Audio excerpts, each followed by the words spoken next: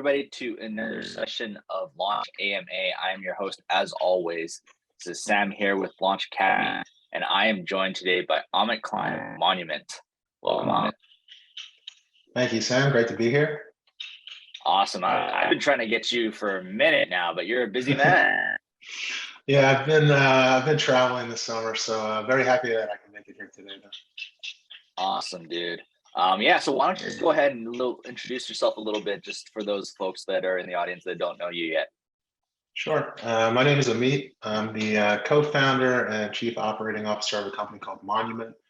Monument is a telehealth platform that focuses on treating alcohol use disorder. We connect people to physicians and therapists, and we have a free community as well. That's awesome. That's really interesting. We're going to get into that. Before we get too deep, if you folks are listening to this live, if you have questions, feel free to just pop it in the Q&A there. And then we'll get to as many questions as we can. This is a session made for you guys as founders. He has a lot of experience running agencies, product, bootstrapped, funded. Obviously, he's now in healthcare, so we're going to continue talking, but don't be shy. Feel free to pump your questions in, and somebody will flag me in, and we'll answer as many as we can. All right. So just to kind of get things started, Monument has like a really interesting business model. Could you kind of explain like the origin story of how you and your co-founders kind of got started, and what was really like the objective from day one? Yeah, so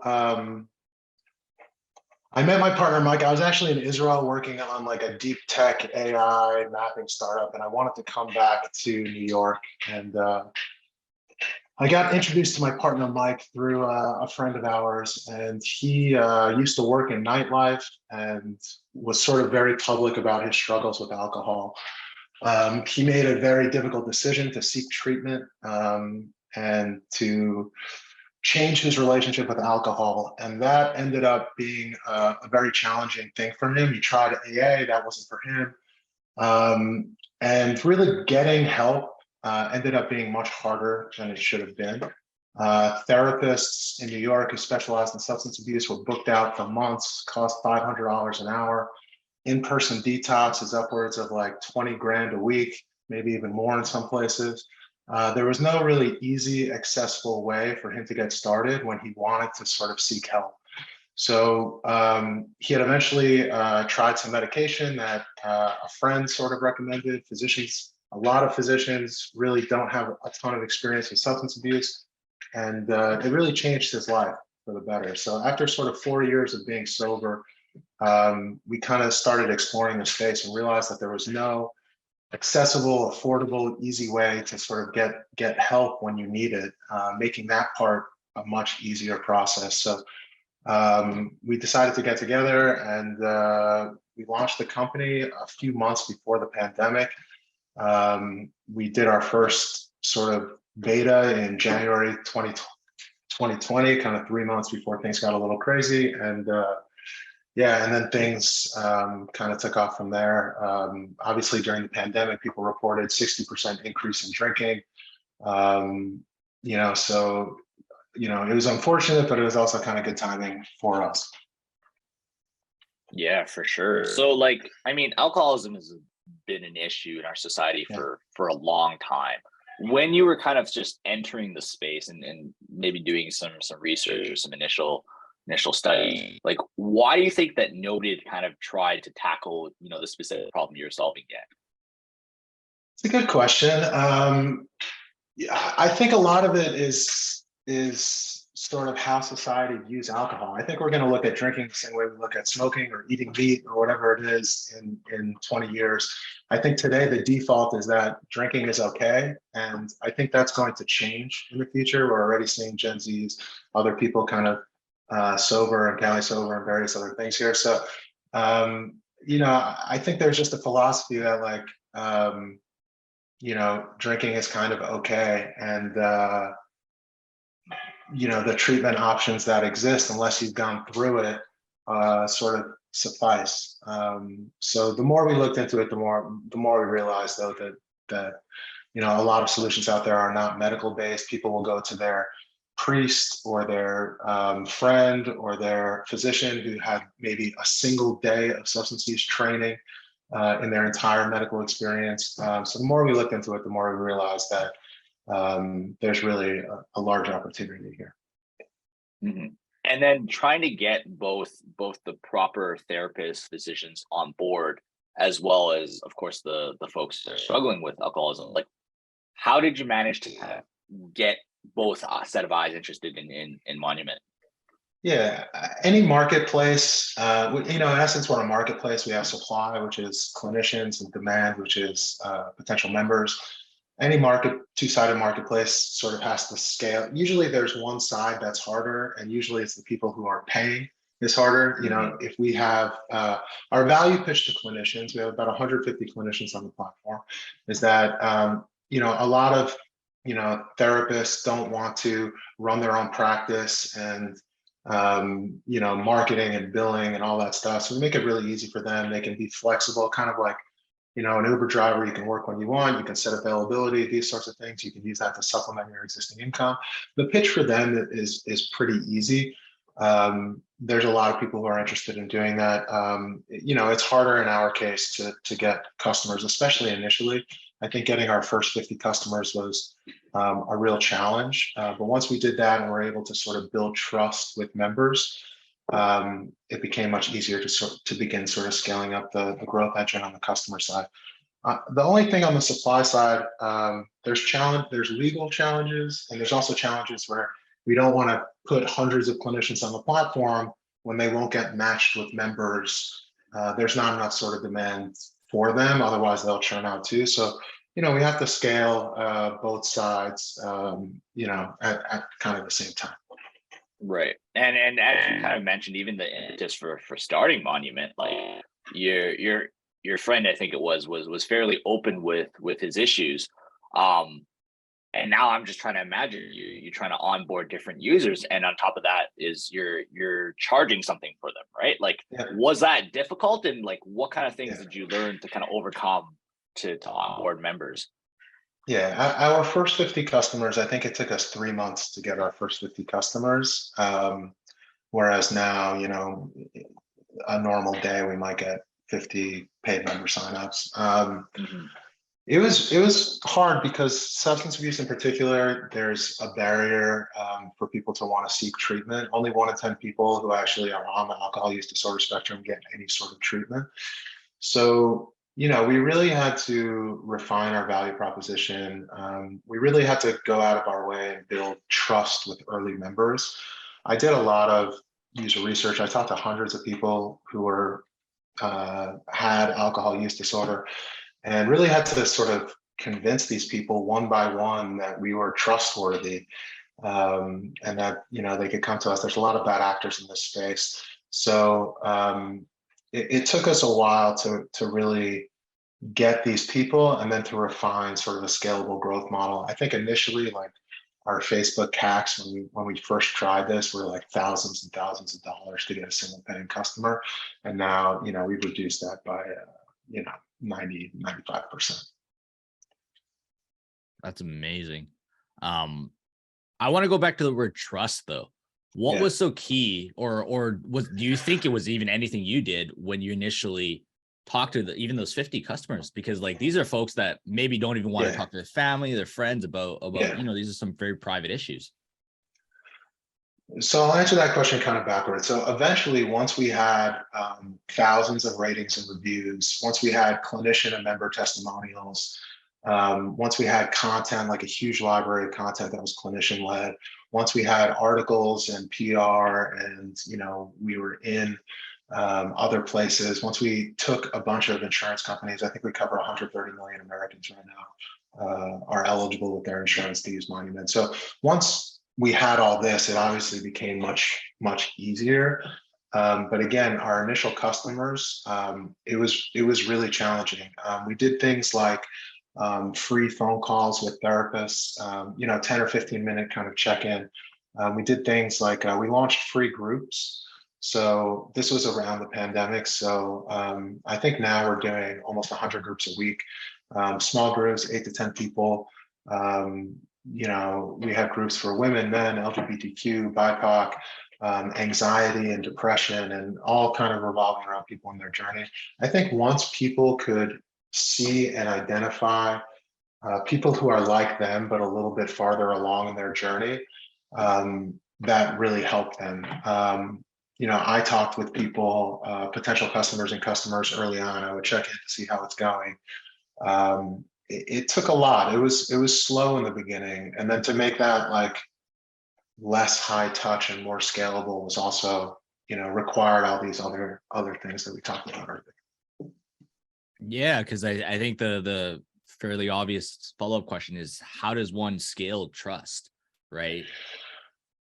Yeah, again, I think, like the things you said before, thousands of ratings and reviews, content, video testimonials, having our clinicians speak. The groups I think are really big for us because it allows people for free to see who are other members, and to sort of get a feel for some of our clinicians too, because our groups are hosted by therapists who are on our platform. So you can kind of get a feel for who's a Monument member, as well as who a potential therapist can be. So yeah, all those things really help us scale trust. Yeah, and kind of just reading on your website, it kind of looks like you've mentioned the word a couple of times. The community was a big part of drawing people in.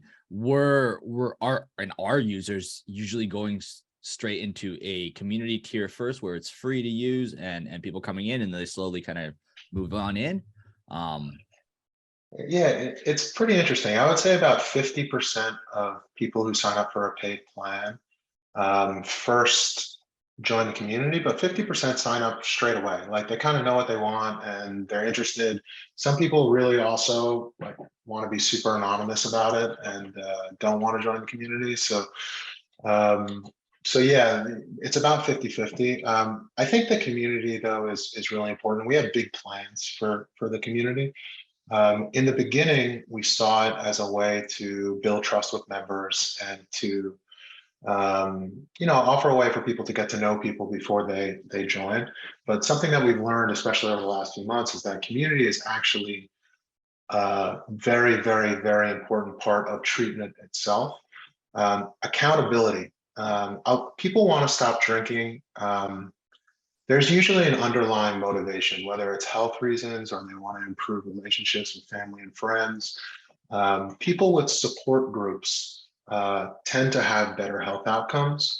And a lot of people, for whatever situation it is, may not have a very strong support group. People who they're accountable for, people who check in with them to see if they're okay, if they're on track, people that they can go to if they mess up, if they relapse, which we believe is sort of part of the process. For some people. So our community, especially these like small groups, really create that for people and help to keep them on track. So we're actually now, our care plans today are really sort of physician and therapist led, but we're starting to include groups as part of sort of the medical treatment and care plan for our members. That's amazing. And is your community entirely folks that are seeking issues, or are there also physicians and other experts sprinkled in as well? Yeah, so today our community is two things. One, we have like kind of this Slack type experience where we have a variety of chat rooms and private chat rooms for groups that you're in. And the second thing is these therapist-led video groups. Our women's group, for instance, meets, I think, 5 times a week now, but most groups are once or twice a week.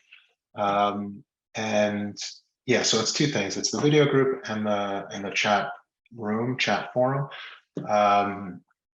And so there are therapists who moderate the groups, but really the community is really about peer support. And it's about connecting people together. We also have resources, and we actually invest pretty heavily from like an SEO perspective and other things to develop original content that's led and written by clinicians. So we have doctors and therapists, taking this from another angle. One of the things when we first started was trying to identify, where do people talk about alcohol use? Where do they hang out? I looked at a bunch of Reddit forums, joined a bunch of Facebook groups, and sort of looked, how are people seeking help today? what are they looking for, what content is available. And one thing that I've noticed is a lot of the content was really personal stories. And for a lot of people, that's great. And some of that can be really motivating, and some of it can be triggering and not motivating.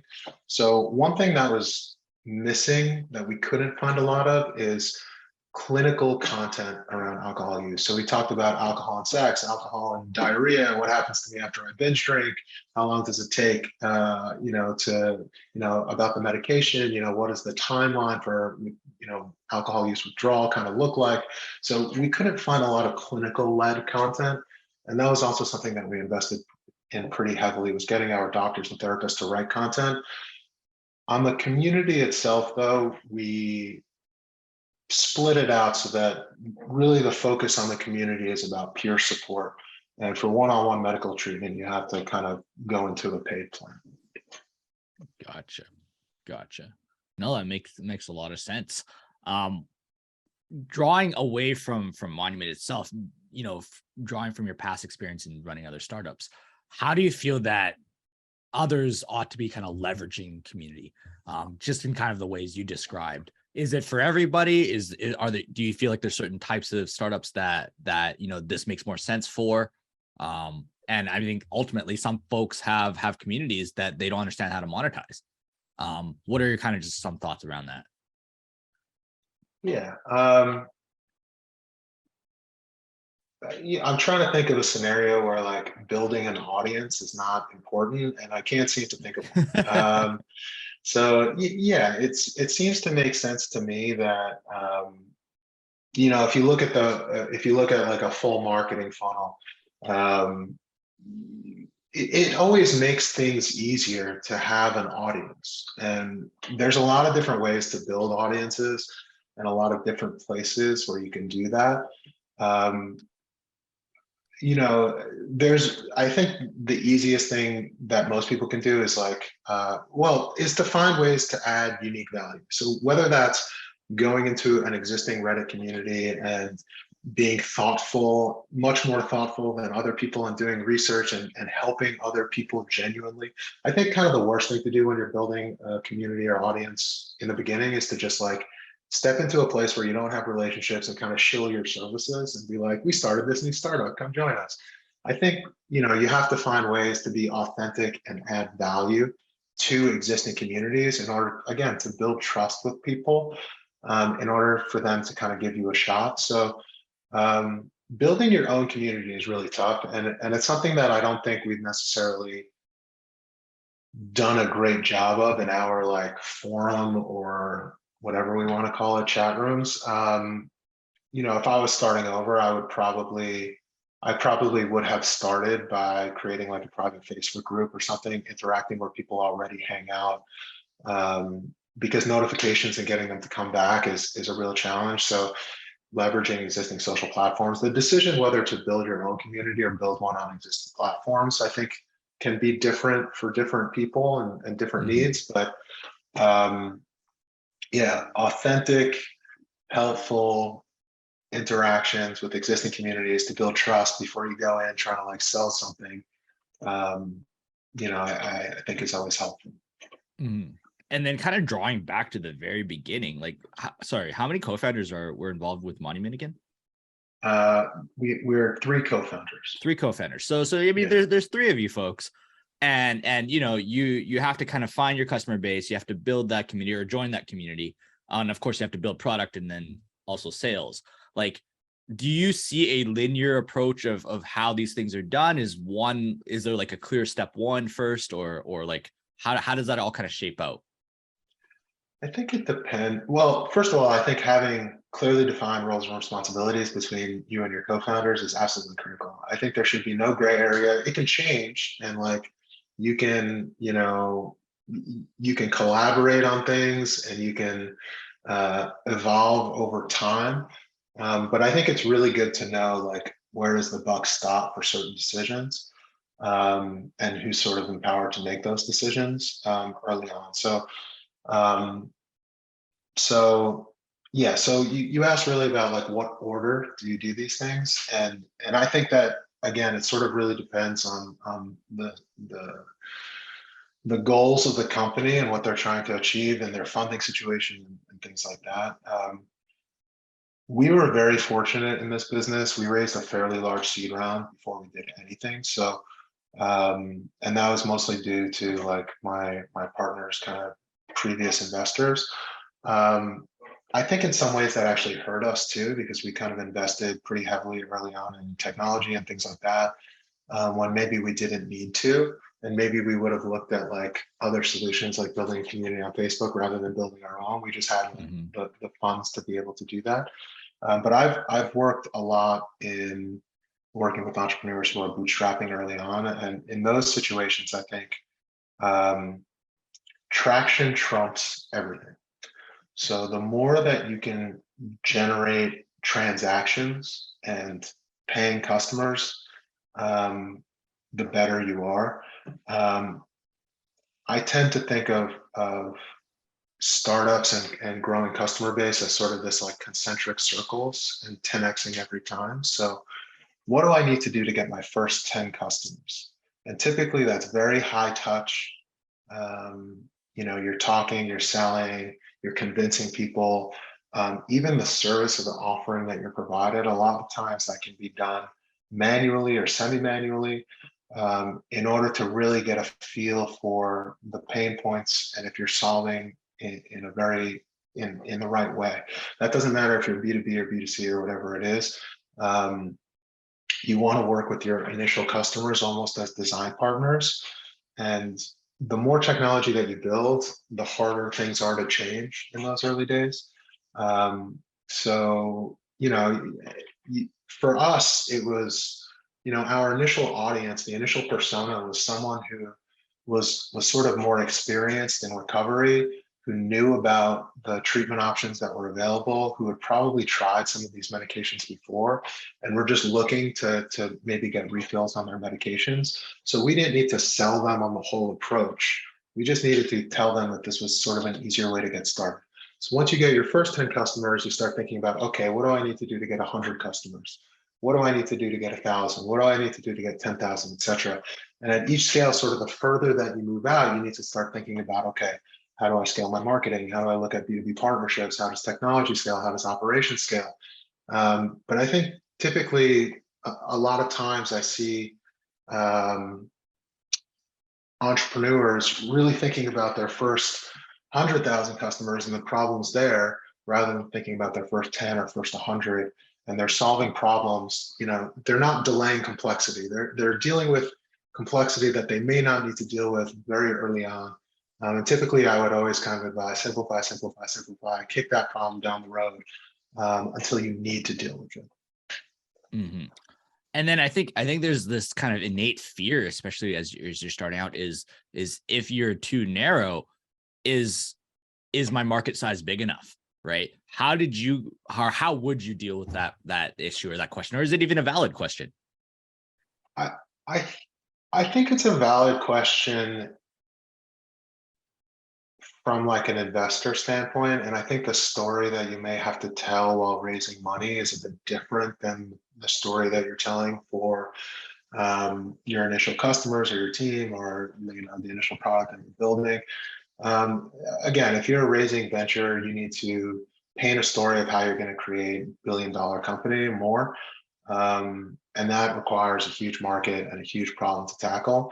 But how you initially tackle that problem, there's a lot of ways to do that. And I would sort of argue that, you need to be hyper-focused with who you target initially in order to get them to jump to you rather than doing what they're currently doing right now. Because typically, like, whatever you offer in the early stages, like, it's not going to be that great. It's going to be okay. But what you want to find is someone who really believes in you and really believes in the problem and really like wants to work with you, and you're solving one very specific pain point for them in a way that they're willing to give you a shot. And I think that's how you get those first customers. And then you use those people as a sounding board to sort of expand your product offering and getting your next set of customers who will have a bit of a wider problem. that you can begin solving. I love it. Love it. So we have a question here from Justin. I'm just going to read this out loud. So he's like, hello, I'm Justin, also currently in New York, actually. I really love your solution that solves the substance abuse crisis. I'm curious what channels you're acquiring customers from, whether your physician and psychiatric are in-house or contracted, and on average, how long does a customer stay around? Yeah, those are great questions. So today, most of our customer base is coming from Google, Facebook, and SEO. We are undergoing a shift right now with our business where we're really kind of scaling up the insurance side of the business, and we're moving from direct to consumer to payer distribution, really. So we're kind of shifting from D2C to B2B2C. And that's, basically our major goals over kind of the next 18 months. But we did need to prove that we could acquire and retain customers on our own. And I think starting B2C made a ton of sense for us. But now, as we're talking about scaling from 10,000 paying members to 100,000, getting these partnerships in place will help us do that in cost-effective ways. Second question was about contractor or full-time for clinicians. Most of our clinicians are 1099. We have a handful that are full-time, and I think it's likely that we'll move to all 1099, although it depends what day you ask me that. Lastly, how long is sort of customer retention? It's a tricky question to answer because we have a few different cohorts and a few different products. So people who engage in therapy plans with us, as opposed to people who engage in physician, and those are different for people who are using insurance versus people who are using cash pay. What I will say is that members who are using insurance tend to stay with us much longer than people who are paying out of pocket. Which sort of makes sense. And those members are also cheaper for us to acquire because there's lower out-of-pocket costs for them. But I'm going to refrain from giving an exact timeline on that. Fair enough. Yeah. For sure. Just on that, I think a little bit more and more of a generalist question. So we don't need to get into the nitty gritty of numbers. But because I think what's fascinating about your customer is like, is there a graduation point, right? Because you're helping them with a health issue. Yeah. Over time, I think the objective and the goal, both from your guys' point of view, but also of course their point of view, is to no longer need the service, so to speak, right? So how does that match with your business model where you're kind of happy for them as individuals, but numbers wise, if you're so successful, in theory, the numbers go down? Yeah, that's a great question, and that also comes back to sort of personas and some of our bigger visions. So my business partner, our CEO, Mike, is also a cancer survivor. And he tells a story of when he was diagnosed with cancer. They said, based on your demographic and your age and your stage of cancer, here's a really customized treatment plan for you that has X% chance of success. And they treat stage 5 cancer differently than they treat stage 1 cancer. There's no scientific rigor behind substance abuse today. We really want to put data and customized plan. It's a bit of a buzzword in healthcare right now, but we want to really create customized care pathways for members when they join Monument. Today, you join Monument, you take a clinical assessment which identifies your sort of risk level, where you fall on the alcohol use disorder spectrum. Someone who is at high risk should be treated differently than someone who maybe is at mild risk. So what we want to do is allow people to be able to sort of flex up and down their treatment plans as they progress, whether they're going through a more difficult time and want to step up and want to meet with their therapists every week and attend 4 groups and try a different type of medication, or if they're doing really well after a few months and sort of maybe they want to move to therapy every other week or once a month, or maybe only attend 1 group. We want to be really flexible for people. Substance abuse, you're never really cured. It's always something that, people say that they're dealing with.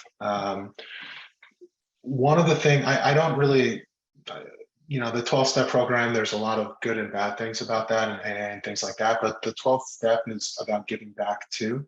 So, there's also a way where how do we encourage people who are doing really well in their journey to sort of give back as a different type of member in our community?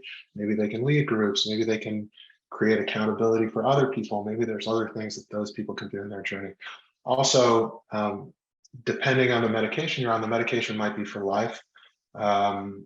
So, it's possible that you could meet with your physician once every few months just to make sure things are going okay and get a refill. But we want to create different levels of engagement for people. Even if they're doing really, really well, maybe their care pathway is really scaled back. That's awesome. And then more of a general question, because I'm looking around the room, there's a couple of founders that are looking to get into healthcare. I mean, your startup history, you've dabbled in all sorts of different sectors. Specifically about healthcare, what do you feel is some of the toughest barriers to break through? And like, what tips or tidbits would you have recommendations for those trying to get in?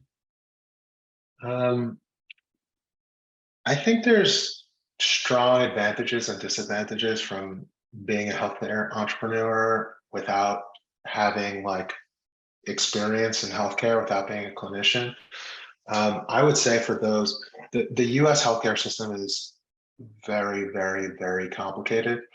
For us, we're currently operating in 20 states. Each time we need to open a new state, there's potentially some legal work and registration involved. Some states are more complicated than others. Like when we went to open Texas, they were like, there's a board that the state of Texas, they have to like approve. And they were like, we need to come visit like your center. And we were like, we don't have a center. And they had no idea like what to do with us because we were kind of this telehealth service. Like we're just moving faster than the laws currently, have. So I would say it's very important to get good legal counsel. Good legal counsel is very expensive. Good legal counsel is also very risk averse. So I think it's very important to understand the risks and understand what the rules are, and then make your own decisions about what actions you want to take based on what you know. I think it's also critical to get clinical advisors. We have some incredible medical advisors. Our North Star KPI is really health outcomes, making sure that people who come to us actually stop or reduce their drinking. That's the absolute most important thing for us. We think if we do that well and we track that, everything else will follow. So we want to also make sure that we're doing things that are, we want to set the sort of gold standard for treatment. So without being a clinician myself, I have no experience there. It was critical for us to find people. We have the former chief medical officer of Medicaid is our chief medical officer. We have Laura Diamond, who runs therapy at Mount Sinai for substance abuse. So we have some amazing clinical advisors who I meet with regularly. So yeah, it's very complicated. There's a lot of rules. Get good advice and ignore that advice when it suits you, and you don't think you're getting in a lot of trouble. That's amazing, and I think that's something that people don't always think about, is because you're going from state to state. Like looking around the room, there's a lot of, actually all the founders here, they're looking to build global products, right? So they might think like, hey, Canada might be different than the States, might be different from India or wherever. But you're saying, especially in healthcare, and I think there's a couple of different sectors, maybe a little bit of fintech, where state to state or province to province, it's still different. So for you guys, because like alcoholism is clearly like a global problem, how does one go from like having one state to now you guys are at 20 states, and it sounds like even in the US alone, there's at least 30 more states. But beyond that, like, it's not like people in Canada don't need help, people in Asia don't need help, Europe don't need help. Sure. How does that scale, other than, your legal team being larger and larger week to week? Yeah.